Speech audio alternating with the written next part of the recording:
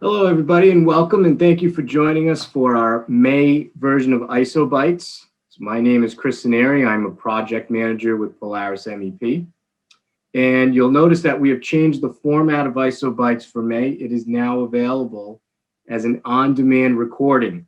So instead of a live webinar, we are going to be pre-recording these and making them available on our site so that you can tune in whenever is convenient for you. Oh, and don't worry.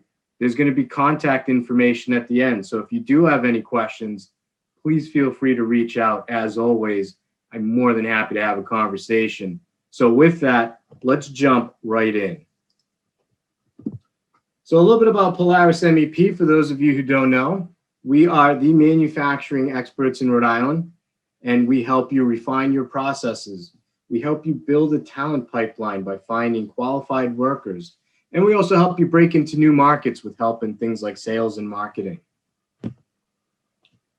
One of the services that we provide revolves around quality management systems. And how we help there, we're able to perform gap analysis for you. If you're interested in pursuing a standard, let's say, certification, we help you with your quality management system facilitation. We can help provide internal auditor training to your staff. And we help get you ready for compliance, whether that's to an ISO standard or some other standard. We have the tools and the knowledge to be able to help you with that. A little bit about me. I'm a project manager here at Polaris MEP. I also hold a Six Sigma Black Belt from the American Society for Quality, where I am also the chair of the Rhode Island section of the ASQ. So I'm glad to be here today talking to you. And today we're going to talk about monitoring and measurement systems.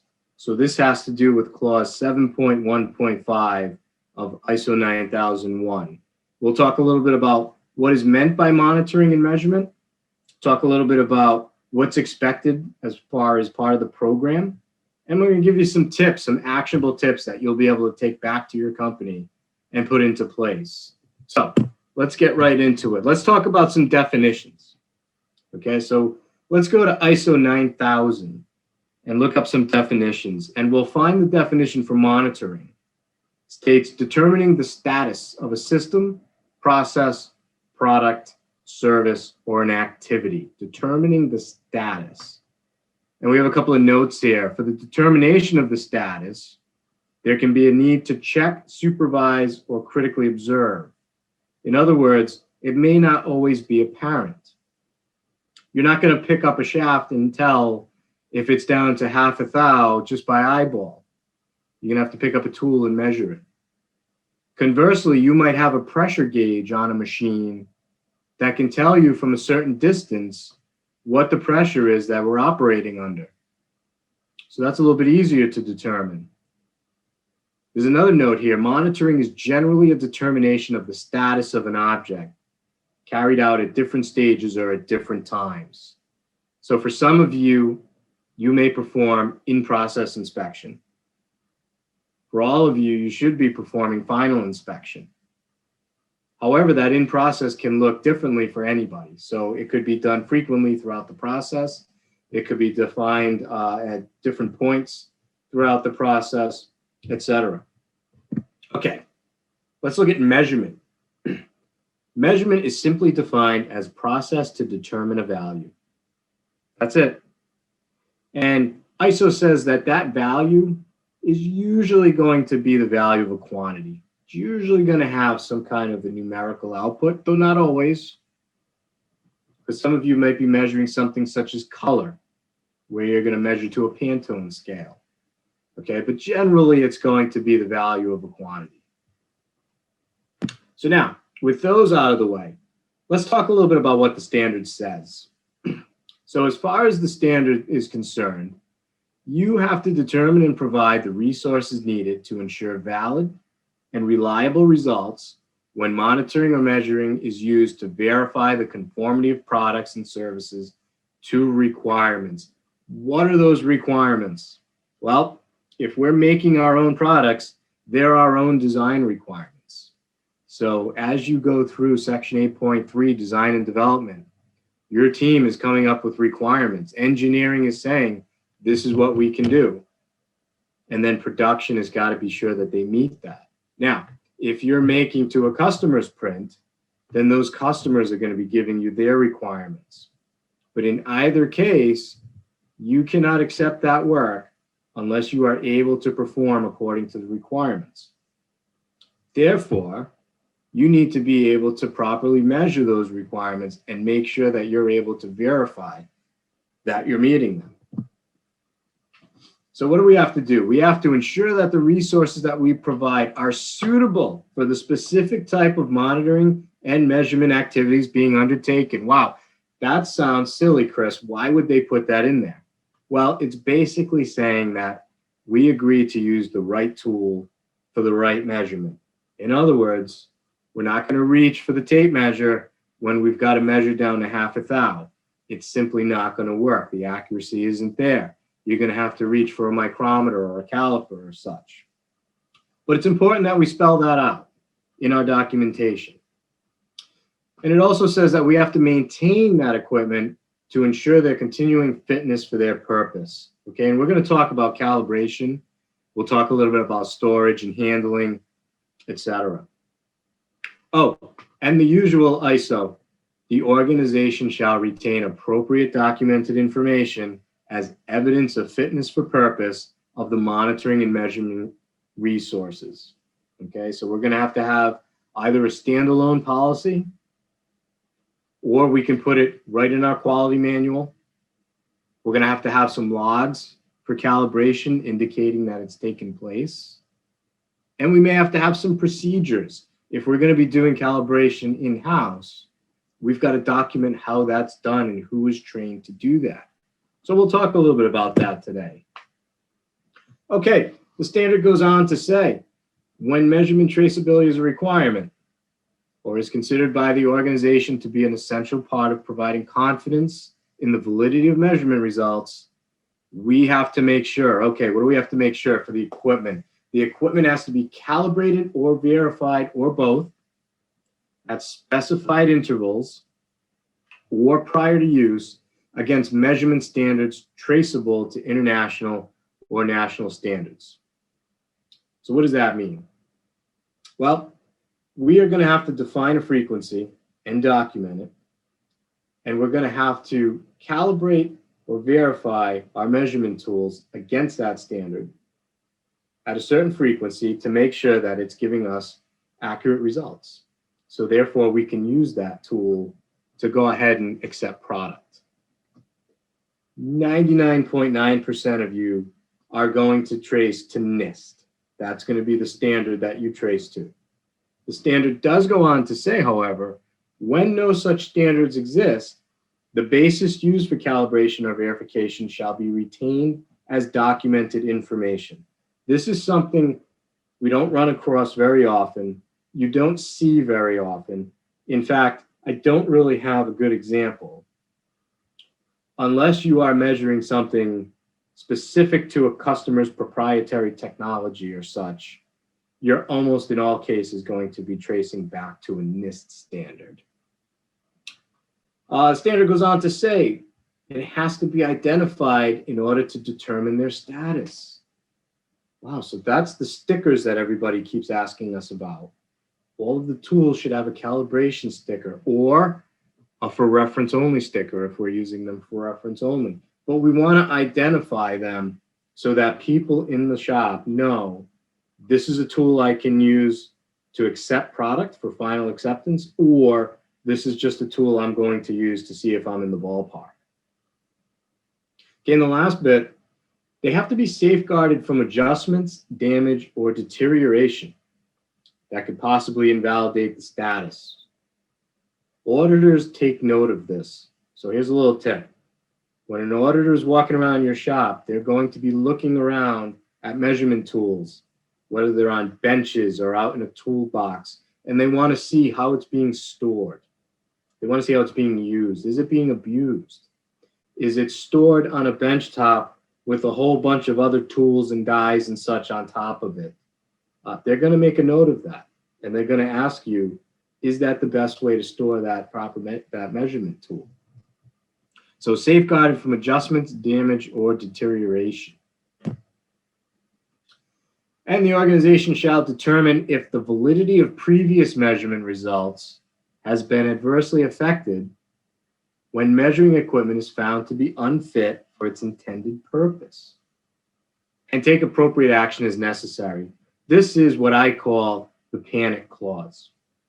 So companies read this and think, my goodness, if I check something on an annual basis and we go to verify it and we find it to be out of calibration, we find it to be out of spec, does that mean I have to recall everything I've made in the last year that was checked with that tool? And the answer is not necessarily. And we're going to talk about that specifically at the end. Okay, so here's a tip. And many of you probably know this and already do this. But you want to have a documented inventory of all of your measurement equipment. Now, that inventory can be a simple Excel spreadsheet, Google Sheet, whatever. And this is just an example that we're looking at here. Or if you're using software such as Gauge Track, you can simply use Gauge Track to keep a record. So you want to have some way to keep an inventory, one, identify its status, which is the columns you see at the right. It gives me when it was last calibrated, when it's due next. And here's another little tip with a spreadsheet. You can actually use a conditional format to highlight that next due column when it starts to get close. So for instance, we could set a conditional format that will highlight that column yellow when something is within 30 days of needing calibration. And we can have it turn red if something is within 10 days of needing calibration, or however you define it. Point being, for those of you that have sizable amounts of measuring equipment, you need a quick and accurate way to open up a spreadsheet and know, do I have anything coming due? Do I have anything that's critical? I better get on this. Just a little tip there. Okay, some common audit findings related to monitoring and measurement. Inadequate or missing documentation. Well, we forgot to specify somewhere how we perform in-house calibration. We forgot to put somewhere somebody was trained to do that. We forgot to spell out in our policy what we'll do if we find a measurement tool to be out of spec. Something along those lines.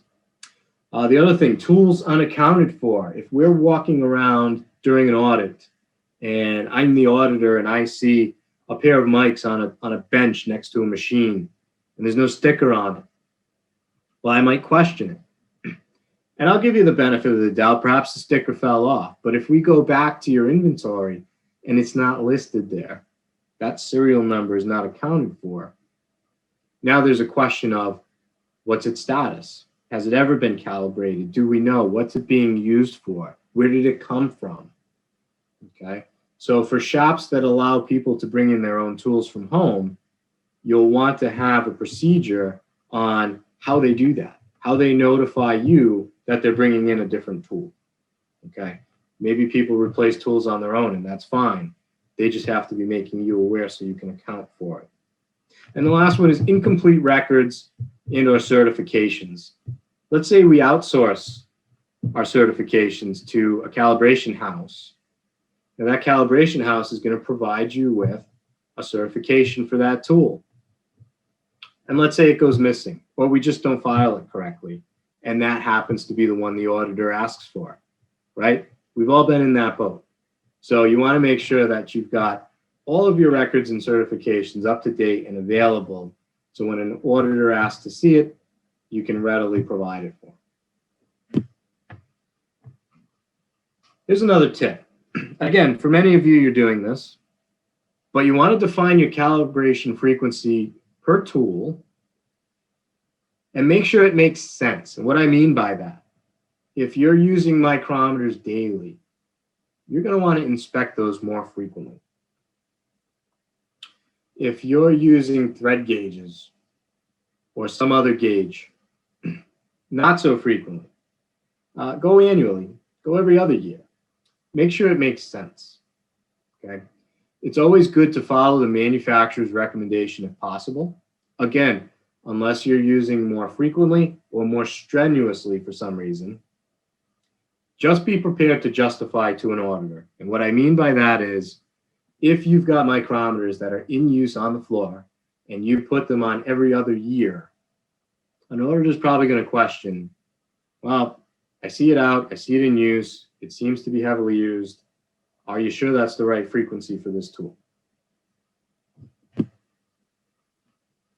Okay, so here's the big question for everybody. In-house calibration or outsourced? What do we do? Should we just have somebody come in and do it all for us? Or should we do most of it ourselves? Either one will satisfy the standard. You can do in-house calibration. There's just a lot that you have to document, but you can do it. So the benefits to outsource, well, it makes the administration of the program easier. Somebody's going to come in and take care of it for you, and that somebody's going to leave you with a certificate that says, we found it, we either found it in spec or out of spec, and we left it in spec, and oh, by the way, we're certified to perform this work. Okay. The con, outsource is going to cost you more. So in a small manufacturing shop with a handful of measurement tools, maybe that's worth it. In a machine shop environment where we could have hundreds of measurement tools, it's probably going to be cost prohibitive. So if you do outsource, be sure to review all of the certificates for accuracy. It happens far more often than you would like to think that there are errors on certificates from calibration houses. And the error could be a transposition of a serial number. Okay, it could be something very simple. But guess what? That's going to be the certificate that the auditor pulls during the audit, Murphy's Law. So make sure you review them all for accuracy.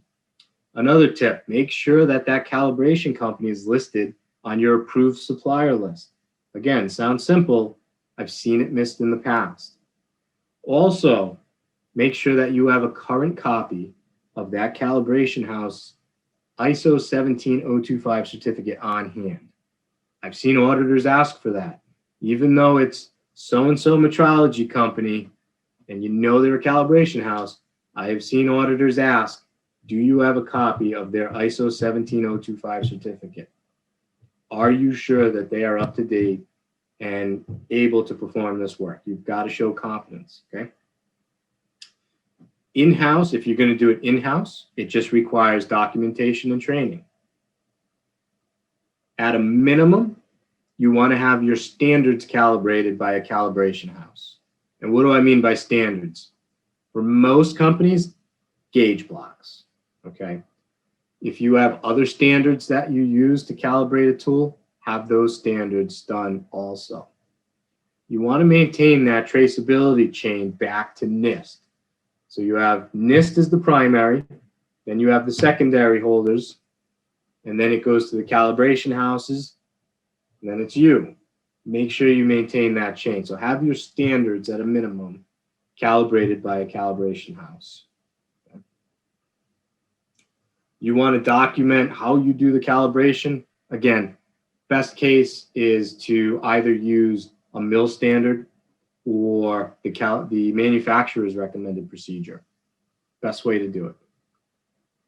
And also show that folks who are doing this have been trained to do so. And you can put that training program together. Now, calibration versus adjustment. When we calibrate, we are taking a known good standard and we are checking that tool against that standard to see if it reads correctly. And if it does, we're good. If it doesn't, we're not good. But there are different outcomes. We can do different things there. We can pull it out of use, start to use a good tool. What you want to be careful of is adjustment. So that is what the calibration houses do. They do the adjustment. If you are going to do adjustment, if you're going to turn that needle on that set of mics and do the adjustment, you have got to show proper competence that you're able to do that. You better have some training that you can point to that says, I am authorized to be able to make this adjustment on this tool. So just keep that in mind. Most places will say, I don't adjust. I send it out to a calibration house or the manufacturer or whomever. I just calibrate and check. Okay, so here's a tip. Don't forget to calibrate gauges that are used to control processes. So what do I mean by that? Let's talk about flow meters, thermometers, pressure gauges. These are typically things that are on a piece of equipment itself. It could be a dial gauge, it could be an electronic readout. You want to make sure that those are being calibrated as well. And those often tend to be things that we'll bring in a calibration house for. So let's say you're operating ovens and you've got a readout, and that readout is coming from a PID controller. And we need to verify that that PID controller is operating correctly. Probably something you'd want to outsource, but don't forget to get it calibrated. So I can't tell you how many times we've seen in shops where there's flow meters, thermometers, pressure gauges, etc., that don't have a calibration sticker. So let's go back to that last clause I call the panic clause. We calibrate a measurement tool, it's out of spec. What do? It doesn't necessarily mean an automatic recall.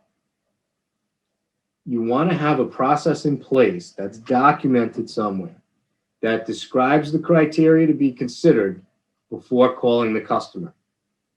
So you're going to want to consider things such as, was the product shipped out or is it still in-house? Would the defect be immediately noticeable to the customer upon receipt? In other words, they wouldn't even get to using the part. They would notice it right away and call you. Would the defect render the product unusable? Worst case, would the defect pose a safety threat? Now, this safety threat, we're largely talking about life safety, but it could also be product safety if it would cause an OEM piece of equipment to fail. Okay, it could be a costly endeavor. Obviously, if it's a life safety issue. Or are there regulatory considerations? Do I make parts that go into nuclear? Or do I make parts that go into power stations or whatever? And now, not only do I have to notify the customer, I've got to notify the Nuclear Regulatory Commission. So what we're doing here is differentiating form versus function. Could it be that something is simply cosmetic? Or could it be more than that? That's how you determine what the next step is. And if the answer is it could cause that material to fail and possibly cause a safety threat, you're going to have to do a recall and get the product back. Or at least get the customer to take the proper steps and work that out with them. Okay? But you want to have that documented somewhere. So that is the best way to go about it. Now, some companies will ask, do we have to always note which tool we use for which measurement and when? Do we have to modify our traveler? We're already collecting a lot of information. And the answer is no, you don't. You're certainly free to do so if you like. I have been in shops that will make a note of the specific measurement tool used to take a specific measurement. And it's usually final inspection, and that's fine. Again, think back to risk. What is it that we make here? Where is it going? What's its intended use? If it's nuclear, if it's something going into medical device, yeah, it's probably a good idea to do so. In fact, some of those standards may require that you do so. But for ISO 9001, look at it from a risk standpoint. If it's not so much going to cause necessarily a huge issue, maybe you don't. Maybe you just say, okay, I have a good sense of what got checked on that line as far as products go. I can go back and look at all of the jobs that ran on that line that used that tool, and at least I'll know who I have to call and about what. So, doesn't mean an automatic recall, but you do want to have a process in place that's documented that describes the steps you will go through and the criteria you will consider before you pick up the phone and start making those phone calls. So with that, I hope that we've given you some useful information, some useful tools. And as I said at the beginning, please do feel free to reach out. My contact info is right here.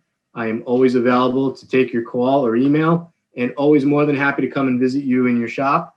And we can talk about this or any other questions you may have around quality management systems. So always welcome to feedback. Hope you found this useful. Good to see you. We'll see you at next month's ISO Bite.